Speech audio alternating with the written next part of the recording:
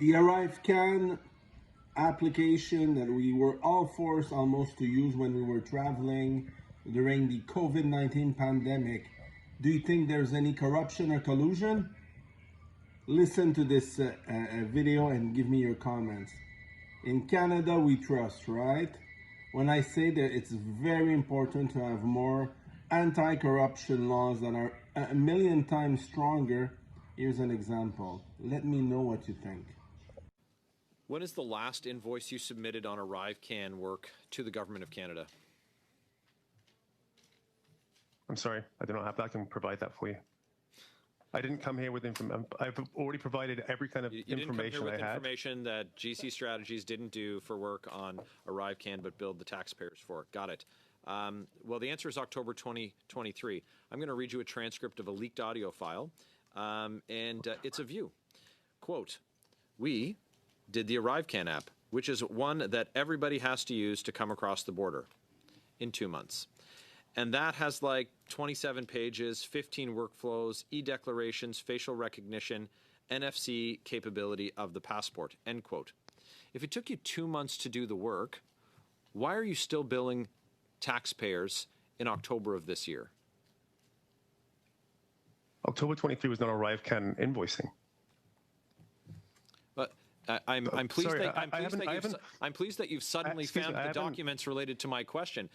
The problem that we have here today is that all of my questions, we have to assume that you've lied about absolutely everything. Sir, I've never said to a witness in my parliamentary career that they have lied to a committee, but you just did it. So I'm not sure if you thought you were clever pulling a thesaurus off your shelf. Well, it's not a cottage, it's a chalet. It's embarrassing. What you're doing is disrespectful to members of this committee, and it's disrespectful, frankly, to the Government of Canada, who is paying your rent. And taxpayers should be very concerned that a dollar has flowed from the Government of Canada to your organization, because everything you've said here today is absolutely unacceptable from a contractor for the Government of Canada. I haven't invoiced. Sorry, I haven't invoiced the CBSA since May. That was not a question. So I don't know. That was not a question. That was a statement of fact, Mr. Chair. Can you please call the witness to order? Sure time, Mr. Barrett. Please continue. Sir, I'm going to ask you some questions that we dealt with previously, because we're going to see if we get different answers this time, because that seems to be the pattern with you. Do you use relationships to get work from the Government of Canada? No, I do not. What is your interpretation of a relationship, please? Well, I mean, I guess what is your interpretation of a cottage versus a chalet? We have you meeting. We have records of you meeting at a hotel with the CIO for the Government of Canada, and then you tell this committee that, oh, I don't have any recollection of that. I've got to tell you, if I meet with the top person from an organization, I'm going to remember that meeting, particularly if I've had to comply with access to information records requests concerning that, and then furnished that request. Sir, you're being dishonest and disingenuous in all of your answers to our questions. I appreciate that you're embarrassed about the work that you've done and about the things that you've said, but you are required to be honest when you come before a parliamentary committee. And this clever act that you're trying to put on is not fooling anyone. So I'm going to ask you some of these questions again. Have you ever met with government officials or anyone employed by government in a private residence? Yes or no? Yes. Okay. What is the nature of that meeting? I'm assuming that I don't know the exact meaning you're referencing. It's not like I've had hundreds of these things. The truth is, I don't know which one you're talking about. I want to know about all of them.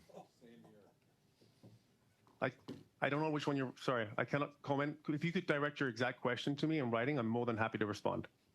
Sir, you're here providing oral answers to oral questions for a standing committee of the House of Commons. Answer. Well, your answer changes. I do not have the answer. So your answer changes. I've got about a minute left in time, and I'm interested.